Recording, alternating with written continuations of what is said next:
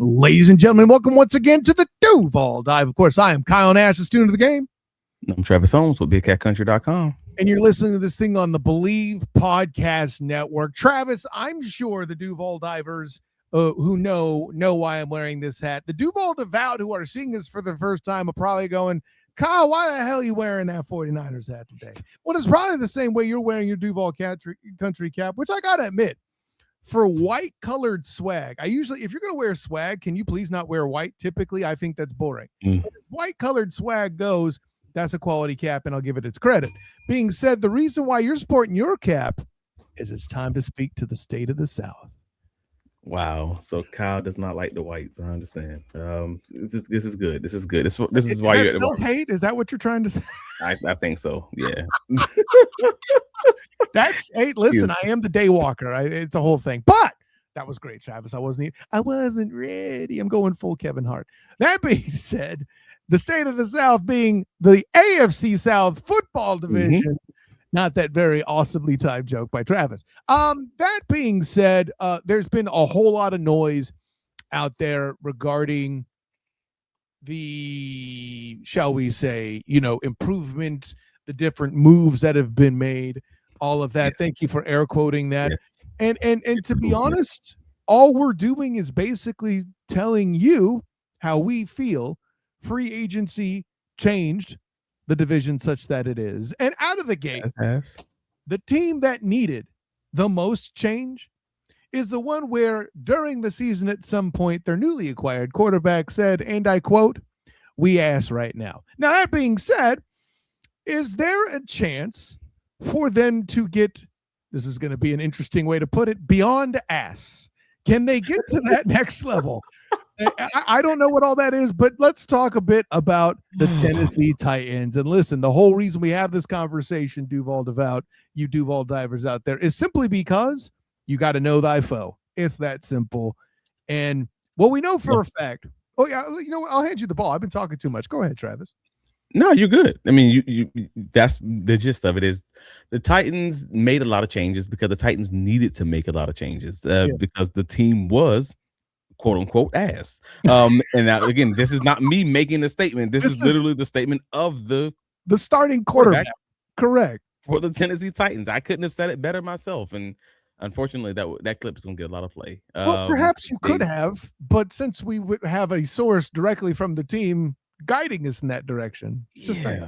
That's what it is. So the Titans made a lot of moves this offseason. I mean, again, the list goes, there are on Over the Cap, they have a 3-page listing of transactions made by the Tennessee Titans.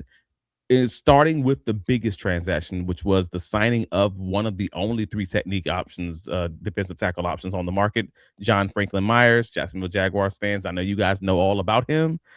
They in their feelings about him. Let's be honest. They are probably in their feelings based on the inactivity this offseason from the Jacksonville Jaguars as far as that defensive tackle spot, and knowing that it's an opportunity area for the Jaguars at this current moment in time.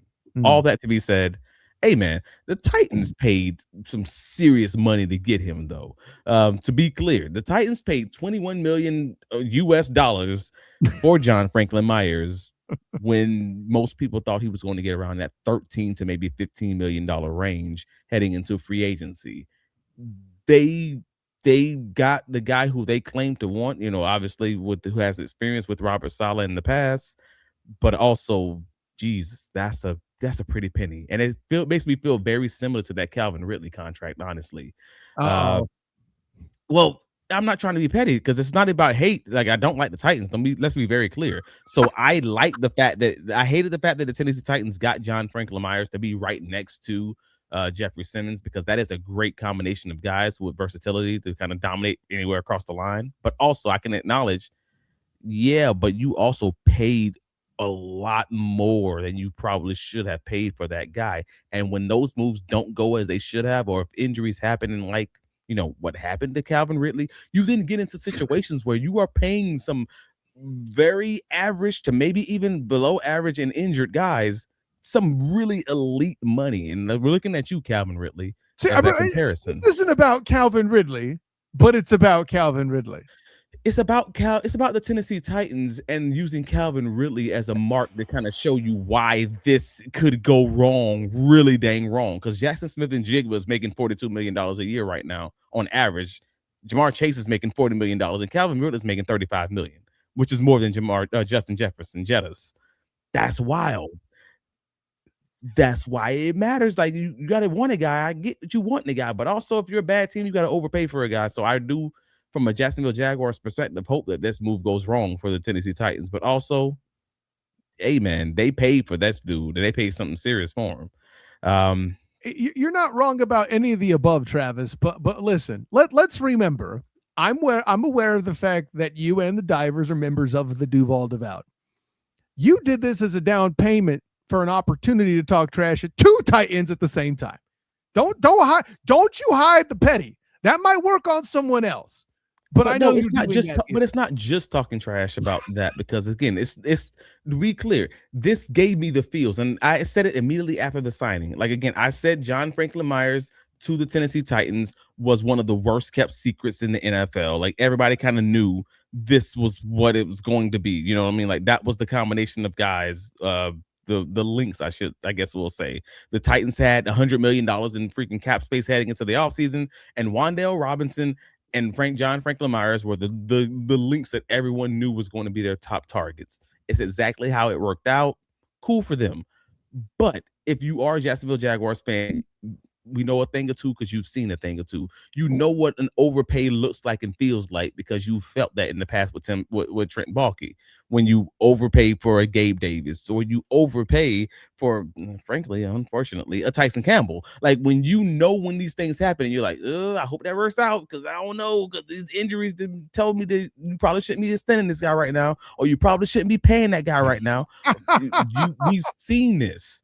And that's my overall point, is that you are a bad team. You have to do that to make the roster. So like they've improved. Let me be very clear in saying I do believe the Tennessee Titans have improved in some areas. Like I don't know that they necessarily improve up front at offensive line. Correct. That's been a concern of mine overall, because again, they got rid of L'Jarius Sneed, who's been injured and hasn't been what he was when they traded for him from the Kansas City Chiefs. They've moved on from, I believe it was like Kevin Zeitler and Cushenberry, the center, and the guard and everything else. So they've made some weird moves up front for a team that I thought probably wants to just continue investing in the offensive line.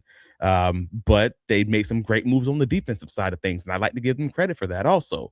So whereas kind of like you got a good defensive-minded head coach who's from San Francisco, I feel like they're probably going to be very solid 500 plus team, just based on the fact that you have a good defensive coach. You've invested in that defense and you've done some good things there, but I don't know what you're going to do offensively, like as far as trying to run the ball and all of that offensive line. And I think we've talked about this there too. I think Robert Saleh is a panic move to do what they can to get back to being Mike Vrabel style team. But you being a Jaguars fan, you dropped the line from the commercial. You being a Jaguars fan, you've seen the Titans make mistakes over the years. You've known a thing or two when it comes to Titans mistakes because you've seen a thing or two. We are Jaguars. Da, da, da, da, da, da. That's all I heard when you said that, is because you did the line. I don't. We've been burnt, so we understand what this looks like. So unfortunately, if it wasn't the Titans, I feel bad. I laugh at the Titans in the past with Calvin Ridley. I'm trying to help your petty. It's the Doug Peterson hire all over, but just from a defensive perspective, it's it's not going to work out. You just don't know how long it's going to take for folks to figure it out. If you weren't already wearing your Duval Dive hoodie, which you could get, I believe we still have the link for in the description. We do. Make sure you pick up one of those if you want that. But if you weren't already wearing your Duval Dive hoodie, I would say you should be wearing your "This Tea Makes Me Drink" shirt. Anyways, man. Yeah, so I think they got work to do. Yeah, there was a lot of movement because they needed a lot of movement, and I guess the question is, will it be enough? That's what it comes down. They got Cordell Flott, like from what was it, the Giants. They added the tight end and also Daniel Bellinger. So again, they're trying to be a run the ball, not make mistakes, play some sort of solid defense, basically prototypical AFC South offense and defense. That's what it feels like they're aiming for. I fully I understand that they want to win a lot of games 15-13. Like, I get that if you want to make it smash mouth physical and all of that. That's the kind of coach they have. I get, young yeah, developing quarterback. Yeah. Mike Vrabel. That's it. That's what they want to turn this into, and that's a good start for them. They got a long way to go still. I think they're still a few years away from being anything like worth truly talking about, but they made some progress. They still got some serious work to do on offensively. I don't think they're in the real conversation of talking about being a top team or even a top 3 team in the AFC South right now, from my perspective. On that, I shan't front. With that in mind, I think the next compelling question for me in the division is, listen, Uncle Phil went home. He's back on the couch. Okay, cool. But then you opted. See, and at some point I'm going, if we have our guy like Silu or somebody, Colts sensitive, shall we say, to answer the question of, is Michael Pittman versus Daniel Jones and finding the guy to pay, the second coming of the Saquon and Danny Dimes question, right, as it was with the Giants, except now it's Indiana Jones and Michael Pittman. And I think Michael Pittman's going to do a lot for the Steelers if they can get somebody worth a damn throwing the football. Yeah. No. I mean, that's going to be an interesting conversation, because I talked to Silu when the Daniel Jones extension happened, and he was already I guess like he's just a deep sigh. Like, I guess it's gonna happen. Like, he wasn't on the Indiana Jones mind card. Yeah, he knew it was going to happen. He just came to terms with it at that point. So I'm looking forward to having him on to have that conversation also, because the Daniel Jones, the fact that they had to re-sign Daniel Jones because they just felt like he gave them some semblance of good quarterback play, but they did for $44 million is, whoo, boy, that feels like Calvin Ridley all over again. My Dr. Evil Pinky, $44 million. That's not a small price tag. That's almost like that's Brock Purdy money, I think, if I remember correctly. I mean, old contract, but I mean, you're in that range now. I mean, re-signing Alec Pierce was obviously huge because he's given Jaguars some problems, but he's given everything problems. He's a good receiver for what he does. Yeah, he is. I loved him when he was coming out of Cincinnati, and I told everybody after what he did to UCF in his final season that they should have been drafting him, because I thought he was just that guy. And I'm happy to see. I like to see myself be proved right, not because I want to pat myself on the back, but because, I mean, this is me out in these streets championing this receiver who hadn't like shown out in college, but he was good enough. Like, it was a smaller prospect. You educated in that way. Me for sure. I did not see the ooh la la that everyone did, regardless of what he did to UCF. If I remember correctly, he was cherry picking and picking on corners that weren't particularly good. So I was kind of like, but no, now he's doing it for real. I knew it was a coin flip, but I was like, if this dude hits, he gonna hit. Just because of his deep ball prospects. And then they signed Arden Key, who's just making his way around the dang AFC South at this point. This dude, he's just like, I need all the teams to hate me at this point. So I say he's really hurting his mayoral campaign.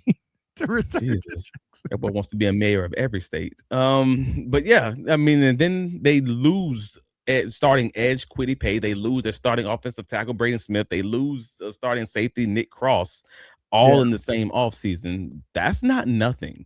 Like, the Colts absolutely, in my opinion, got worse defensively. I don't think that there's a question.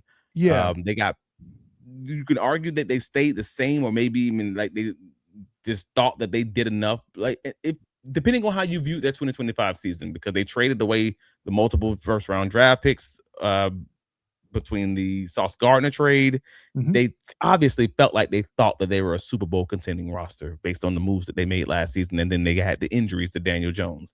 And from that point, they've only gotten worse defensively, and they've only gotten worse by losing Pittman. Like, at this point in my head, I'm like, this Colts roster across the board, they lost Zaire Franklin. Like, across the board, they've gotten worse, and they're going to have to draft their way out of it, not significantly different than the Jacksonville Jaguars. So that's why I'm like, nah, man, I think they bumped the bag, and I think they just haven't paid that cost for it just yet, but they're starting to see it. I like how you're putting it. They're still paying the price for that, the cost of missing on that gamble. So I no first round pick. Yeah. So that's rough. That's I can't put it any better than that.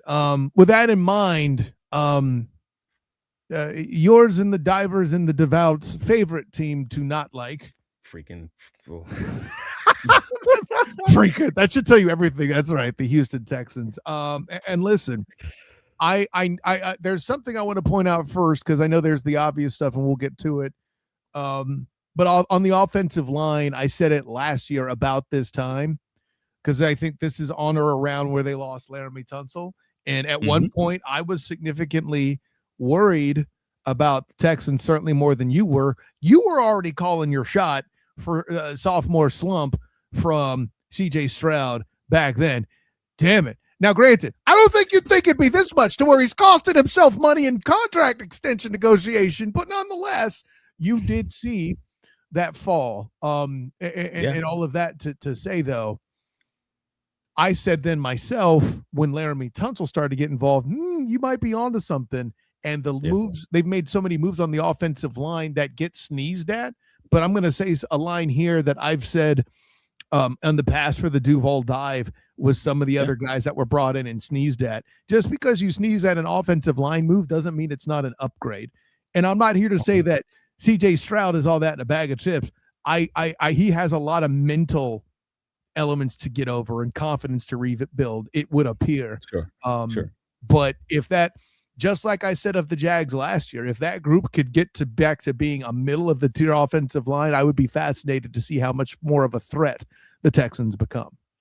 No, I mean, that's fair. Like, and while folks might be a little bit down on CJ Stroud, it's not so much so that it's not so dissimilar to how folks were down on Trevor Lawrence just not too long ago. I mean, we're talking like just over a year ago. Folks were probably close to,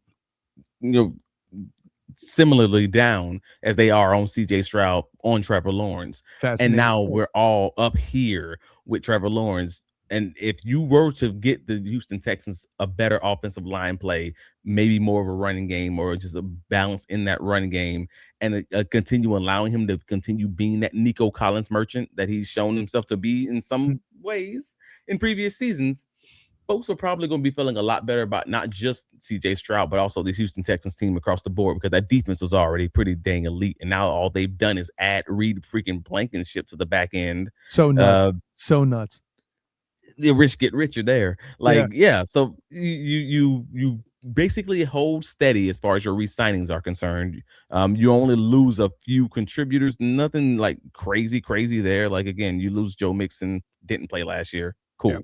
Tim Settle, defensive tackle, like contributors, sure, but a few offensive linemen who weren't your top guys, or they weren't like elite level players, if that makes sense. They may have been. I mean, you lost one of your best offensive linemen, but you don't really consider him like a great I was about to say, lineman, if the that makes sense. Texans' best offensive lineman is damning them with faint praise, homie. Okay, like let's be clear about that. So while you have like a lot of good pieces and a lot of good additions as far as your offensive line is concerned, like they add Brayton Smith, Evan Brown, they added Boston Moreau at tight end, like Logan Hall on the defensive line. We already talked about Blankenship. They added running back David Montgomery to actually give them a true second running back with Max. So like overall, like I think they've done well with the individual pieces. I don't know how it's going to work out, how it's going to end up, and I don't know if this is the best. I mean, I won't even say it's an average offensive line, but it's probably better than what we saw last year. Exactly. And that got them into the playoffs. Like, well, that's worth talking about. Hold on. That defense got them into the playoffs. That defense is still there, and it's probably the stronger. Jaguars blowing 20 points got them into the playoffs. Okay, defense still there. That listen, let's not. Oh, so and so got it. Nah. Wins is not an O-line stat. I'm just saying. I'm saying that defense was difficult last year, and it's still equally difficult this year. And it could even be worse. That's a great point. And to me, them holding on to Sheldon Rankins is an underrated big deal too. Not for nothing. Yeah. So overall, like I'm like, I hate to say I like what Houston did, because I don't generally like any of these teams in the AFC South, and I don't like to give them credit when they do something moderately well. But the best thing you can do sometimes is get off the train when you know you're heading in the wrong direction. The best thing, like you're getting less and less farther away from where your goal is. That's where I thought about the Houston Texans finally like getting rid of some of these offensive linemen and just starting over, because that line was never going to be as good as they needed it to be. They are reversing course in a lot of ways. And because of that, I got to give them credit that it was a good move for them. And as a Jacksonville Jaguars beat writer, but also a Jacksonville Jaguars fan, you don't like it. Don't like it at all. Not great. Well, and to their credit, they listened to the Duval dive, and heeded now that they've seen the warnings of the slump. Yeah. I you can't help but notice that they focus on the things around Stroud that he can't control. They feel like he can still hit Nico Collins and company in the air, which, okay, cool. That's your job. But now getting run game support from Knuckles, right?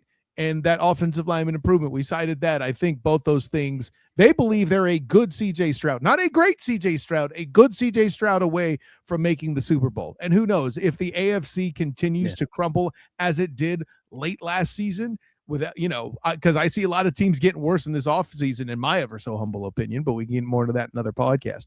But if you believe that's true, as I do, suddenly good CJ Stroud might be an elite quarterback amongst the conference, let alone it can't be the division, because Trevor Lawrence is clearly head and shoulders the best quarterback now. And for all you chumps out there that tried to argue with me and my personal champion, as well as Jordan DeLugo, when we had our CJ Stroud Trevor comparison pod, boy, you look foolish now, don't you? I said what I said, Travis.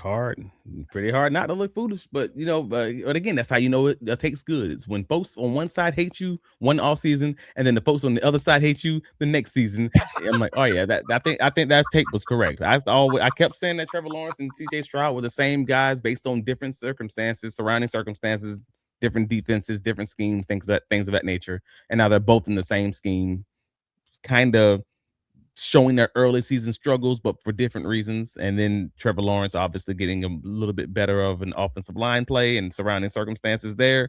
CJ Stroud gets struggling offensive line play and looks like he's struggling like Trevor Lawrence previously struggled. This is not rocket science. It's just that say the surrounding circumstances matter. So do the schemes. So do the coaches. Bingo. Hey, man, it is what At the end of the day, it's surrounding circumstances that got Trevor Waffle House Willie Lawrence back there cooking breakfast for the rest of the division.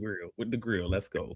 But no, so that finally we got the Jacksonville Jaguars. I mean, you guys already know what the Jaguars are. Like, they didn't do much of the pod, exactly. Yeah, absolutely. They didn't do much. And weirdly, in this free agent cycle, with this free agent class, light free agent class, especially at defensive tackle, it almost makes the most sense not to do much because there's just not a lot out there. So everything that's already out there costs 20% more. Y'all been grocery shopping. Y'all know how this is. Everything out there in that grocery store is 20-30% more. And if you can stay behind home and cook some food, some real food, then you're going to save a lot of money. That's basically free agency right now. You can have McDonald's for $18 for your meal. I was say that. Apparently the Titans have that McDonald's money. We don't got that here. Titans got that McDonald's money. They're gonna have indigestion too in about 2 months. Give it some time. I had too many nuggets, So that's what it is. So the Jaguars signed Chris Rodriguez Jr., running back from the Washington Commanders. Obviously, they re-signed Monteric Brown and re-signed Dennis Gardeck and Quentin Morris on the 1 year, I believe, $3 million deal. So they're obviously trying to play the comp pick game. We've talked about that for a few weeks now. James Gladstone himself talked to us about the fact that they're playing the comp pick game, potentially getting a 4th, 5th, and a 6th round 2027 comp pick for the Devin Lloyd, the Travis Etienne, the Greg Newsome picks. Who knew my funniest take of the offseason would be about comp picks? I did not have that on the bingo card. If you don't know what I'm talking about, check out the Duval Dive shorts on YouTube. But man. Hey man, comp picks, man. I've been saying it since I've had an inkling in my head. I was like, wait a minute, I think these guys are gonna play this comp pick thing, and then don't say that like that. You ain't lately come to this camp. You've been on this for a minute now, champion. That's what I'm saying. Well, it was an early season theory. It was an early off-season even theory last year. It was just kind of whether or not seeing it materialize is a new thing for me. I ain't gonna lie to you. I have theories all the time about things. I'm a people watcher. All I do is when the GM comes out and says, "Yes, Travis, and yes, you are correct." There you go. It just feels different. I ain't gonna lie to you. So then the Jaguars don't do much as far as additional additions. They try to put in the offer for Jake Bobo. Seattle Seahawks match that.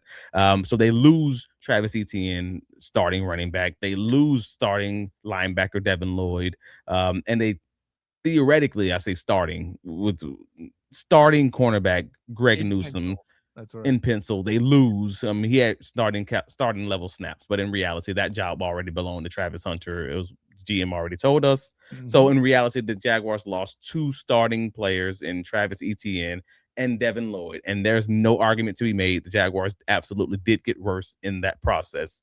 There's a process that you can say that, hey, I think that they were trying to do this. I think that they were trying to do that. Like, I think I personally have my thoughts. I think the Jaguars are trying to run more man and gap this following season. Travis Etienne was basically only good running outside zone. Maybe they just want to get into more of that, which also going to mean they're going to need another offensive lineman. You're making the assumption that, maybe the Jags got worse, but here's going to be my crackhead take, and we haven't even already gotten the question yet. I don't think the running back core got worse. That's it. The core didn't get worse. Just the style of running back is different. This is this year's edition of, are you ready? This is this year's edition of moving off Evan Ingram and promoting Brenton Strange. You moved off Travis Etienne and you are promoting, air quotes, Bayshaw and bringing back the new Tank Bigsby. Sure. I mean, it's a much higher level of moving off of James Robinson, sure, because he's not injured and he's not falling off a cliff or anything along those lines. Like, I'm not trying to compare it to that, but it is because this is probably the first time the Jaguars have actually moved off in my adult life, anyways. I think maybe one of the first times that the Jacksonville Jaguars have moved off of not one but multiple players who I think were good. And I can say that, like, they moved off of them when they were moderately young and still able to contribute on another team. And now Jacksonville Jaguar fans are going to be watching those guys play in another uniform and probably play at a reasonably high level. Evan Ingram didn't play well last year, so I don't think that's the same. If you know what I mean, like, he had a really pretty down year. It's the concept of, you're forcing me to put Ben Troop on blast. This is the third instance of Titans petty from you, but Ben Troop was, how y'all get rid of Evan Ingram? I just don't understand. And now he gets it. You know. Meanwhile, Brenton Strange. My hat game is nowhere close to Ben Troop's, but I just get that same vibe. But it was the same thing when it was like, how y'all let the Calvin Ridley out the door, and then they get Brian Thomas Jr. And while they say Brian Thomas Jr. is not having this incredible 2025 season, it still was probably better than and cheaper than Calvin Ridley. I'm about to say, but we essentially got a Sam's hot dog if we're going to have that conversation. Right. Even in a down season, it's still giving you it's a $1.50 better than Calvin Ridley. Delicious. It was a great trade. So overall, the Jaguars have made a lot of moves. Like, obviously, they keep Coen landing in house and extended, and they get extend Jacoby Myers and all of those types of things. And they lose Dyami Brown to, I say lose. They allow Dyami Brown out of the door, who re-signed with his Washington Commanders, and Dewey Wingard also started with the Arizona Cardinals. But overall, not significant moves outside of the Devin Lloyd and Travis Etienne losses and the addition of Chris Rodriguez at running back. So overall, the Jaguars are going to be what they already were, which is this draft and develop team. And it's going to come back down to the draft. So did the Jaguars get worse? Absolutely. In my opinion, undoubtedly. Did the Indianapolis Colts get worse? In my opinion, undoubtedly they got worse. The Houston Texans get worse or better? I think the Texans probably got better, even if it means that they just barely got better because of the offensive line, at least being toward the arrow pointing in the right damn direction. From that perspective. That's exactly right. I agree with that. And then I think the Titans got better objectively, despite the fact that I don't believe that they're where they need to be, if that makes any sense. Like, I'll put it this way. You know how, like, in Madden or whatever, teams have an overall number, right? Yeah. I believe that the Titans overall number, like, maybe it went from a 65 to a 70, but it went up, right? Sure. With the Colts, they might have been an 85 last year. Maybe they went down to an 80 or a 77 or something. I can see that. The Texans, maybe they were at a 75 and now they got to an 80, or an 81, or above 80. You pick the number. I don't care. They're not 90 yet. They're not an amazing team. Yeah. And let's say Madden put the Jags at 87. You're saying they're worse. I'm saying they're only worse because of Devin Lloyd going. And if they're an 87, they're down to like an 85 at most. I don't know yet. I still think they're going to be a winning team as long as Liam Coen is their coach and as long as Trevor Lawrence is their quarterback, because that's what leads this team, and all the other pieces are pieces that they can figure out the right way to get guys in the right position and coach around it, like the old Bill Belichick Patriots. As long as you got the quarterback in place, you got the coach in place, and the DC in place with Anthony Campanelli, they're going to figure the rest out. Like, that's fine. So overall, I think that's probably where I'm landing on this Jacksonville Jaguars team. They're going to be an 85 just as long as those two guys take the field, quarterback and coach, and then we'll figure the rest out. And that being said, we got a couple of mailbag questions. Now, granted, these two are related, but let's I'll throw them out here too. Like, so Radius, good to hear from you again, asks, which AFC South team do you think is the biggest threat to take the division win next season based on free agency? And then Reyes, aka Carlos Alfredo, here on Twitter, my take, the Jags are going to win the South on the back of an improved run game. Ooh, key word there, improved run game, where it's an even split between the running backs. Well, I'll put it this way.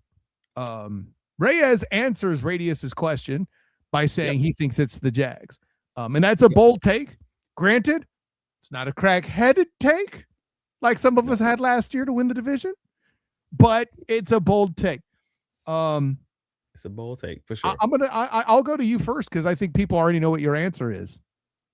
I think people are wrong.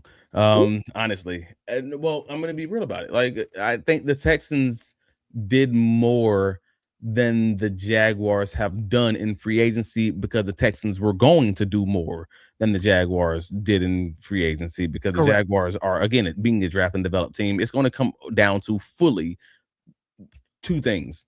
The Jacksonville Jaguars rookie class from the 2025 season that mostly spent most of the year on IR and not really contributing as much as you would have thought that they would have contributed. How do they perform in 2026? We just don't know. We don't have that answer yet because we don't know if they're fully healthy, how they're going to come back from injury. But the second piece of that is, are they going to hit on this draft class and actually get some contributions from these guys this season? Because they are a draft and develop team. I have no idea. And because of that, we don't have that answer. We're answering the question at an incomplete stage. But at the end of the day, the question that's laid in front of us is which team would be the leading candidate to win the AFC South. I'm going with the Houston Texans, honestly, as we stand right now. I believe that they've done enough as far as that run game is concerned with the upgrade at running back with Woody Marks and Knuckles. That gives the Texans a part of the offense that they simply missed all in the 2025 season. And I think that will give the Jacksonville Jaguars a real serious problem unless they can show me in the draft that they can add another pass rusher to that defensive line. Just to help make the other team not allow the other team to be balanced, basically, if that makes sense for the Texans, because they will be playing them twice a year. I'm not worried about the Colts. I think they're taking a step back, and I think they're going to realize that way too late. And I'm not worried about the Titans from that perspective, but I think it's going to be very close overall. But until the Jaguars need to show me some investments in the offensive line, make that man gap scheme kind of conversation come to life, and show me some investments in the interior defensive line before I can truly believe that this team is going to be the repeat AFC South champions. And that is this team makes me drink shirk response I've come to know and love for my personal champion. Here's the issue. All right, bro. Don't apologize to me. I'm not the Duval diver in here, or Duval devout member in here. Here's the thing. We all love the Texans defense from a ball knower standpoint. I don't think that's a question, and I think that drives your take more than anything else, and I'm not dissing that. However, I don't think there's an offensive line in this division today that's more capable of blocking a regular rotation that features Sheldon Rankins, Jeffrey Simmons, the Colts defensive tackle core on a regular basis than the Jags O-line. You want the next crackheady take? Get ready, folks. I think the opportunity, if they aren't already, the opportunity for Jimmy Stones to put together a result heading into week 1 that's the best offensive line in the division is a big deal. And say what you will about the Texans, until you prove to me that CJ Stroud is done seeing ghosts, I'm in no position to think they repeat. Now, granted, what the hell do I know? I said I couldn't find 5 wins on the Colts schedule last year when they had Danny Dimes at quarterback. But this is currently, today as it's constructed and writing in pencil, the Jaguars division to lose, in my opinion. The Jaguars, I actually agree with you that it is Jaguars division to lose. But I also, if we're asking about today, we're asking about today with the step back that they have taken with Travis Etienne and Devin Lloyd not being here, and the step that's been taken today in free agency, not counting the draft. Again, where we are today, I think that edge that the Texans and the Jaguars had was so close in the 2025 season that I don't see a significant difference between these two teams outside of what they do in the draft. And if the Jaguars in this season did not invest in the offensive line, let's say, I got questions, because I saw the Tennessee Titans in 2 games dominate the Jacksonville Jaguars offensive line. Like, just moved that. Jeffrey Simmons basically by himself just destroyed the idea of a Jacksonville Jaguars running game. Sure. We saw that. So if you want to add another guy next to that guy and tell me that the Jaguars aren't going to split games with the Tennessee Titans all of a sudden just because of that, and I don't think they're a great team, but I think they know the Jacksonville Jaguars better than most other opponents, and they can give them some real problems. So the Jaguars' edge is no longer as wide as it was in the 2025 season. I can see that. I'm not crazy enough to believe that that's not the case. It's my point. Yeah, I mean, hey, that's a lot of faith you have in Cam Ward, and I'm not mad at it, but I just don't see it. No, it's not a lot of faith in Cam Ward. It's just a lot of distrust in the interior offensive line for the Jacksonville Jaguars to establish the run game. That right guard spot. I got you. That's the answer I was trying to get you to say. Right guard spot and the center against power. That's Robert Hainsey also against power. Right, which is Jeffrey Simmons. But see, that's the thing. Jeffrey Simmons wreck everybody. I mean, that's Jeffrey Simmons and John Franklin Myers, but that's also your boy in Indianapolis. Dang, I'm drawing a blank on his name already. I don't think that they have DeForest Buckner anymore. I got to check, but DeForest Buckner was the dude that always DeForest Buckner, Grover Stewart, DeForest Buckner and Grover Stewart. Yeah. I think they still have at least one of them, not both. I haven't looked. They got both of them. Yeah, they got both of them. All they lost was Squiddy Payne. Well, see, there you go. This is why I had the conversation about the defensive tackle core. Is I knew they had more than one good dude, and I couldn't remember if they still had Buckner. I know they have Stewart still. The Colts still need that other edge opposite of Latu. Because they lost Squiddy Payne. But overall, like, they're fine as far as their front four. Their problem is their back end. Well, at least the safety. Like, when they got Cam Bynum and Chavarius Ward at the other cornerback position. You ain't even counting Sauce, huh? Okay. Yeah. So overall, I'm fine saying that that it's going to be a very close competition between the Houston Texans and the Jacksonville Jaguars in the 2026 season, unless the Jaguars absolutely land this draft. And I do mean I'm talking about up front in the trenches. And folks know that that's kind of the thought process across the Jacksonville Jaguars fan base right now, is that the Jaguars need investments in the trenches. But folks don't seem to be talking as strongly as I feel, at least, about the interior offensive line, because they're just like, it's going to be these 5 guys or maybe 4 of these 5 guys and we're good to go. And then we're going to keep running this outside zone. And I'm like, nah. It very clearly feels like they need to be better at running downhill, which means they need more investments at O-line, interior O-line, which means what you guys think it's going to be, it may not be what it's going to be. So we'll see at the end of all of this, though. I mean, hey, you're just trying to get out of starting Walker Little at right guard, and I'm not mad at you. I haven't seen enough to make me feel like that's going to be a real option. And anyway, I purely did that for comedy purposes, man. But let's go ahead and wrap this piece up, Travis. Let the world know where you can be found. Man, first thing first, if you listen to the sound of my voice, click that like button, man. Stop playing. Like, for real, help us out. It helps us out tremendously. If you listen, if you're hearing us on the audio side, go to YouTube and click the like button, and also rate and review us on the audio side too. Stop playing. But if you are listening to us on the YouTube side, click like, please comment on the stream, help us out with that algorithm. This thing's only growing and it's only monetized because you guys continue to lock it in. Channel members continue promoting We love you guys, and we thank you very much. But also find us on the socials. Talk ball. We talk ball on X, on Blue Sky, on the TikTok, on the Duval Dive TikTok, everywhere basically. But follow my writing on bigcatcountry.com, and we lock it in there also. And just please let people know where you can be found also, sir. I know you got a lot going on. Man, listen, and for clarity too, if you want Travis's takes on social media, X gonna give it to you, Travis D. Holmes. Anyways, that's right, the DMX pun, baby. Don't you dare shake your head. Of course, I am Kyle Nance, a student of the game. Okay. For everybody who's listening on the pod, you need to go to the YouTube version and show Travis's playful cat disdain, which was hilarious, by the way. That's a great drop. That's a great drop. Of course, I am Kyle Nash, student of the game. You can find me on Twitter, Instagram, Threads, and Blue Sky at the SOTG. Check out my additional work covering UCF football and basketball at Locked On UCF, as well as UCF Night Zone. Should be getting up and running there, writing here very shortly.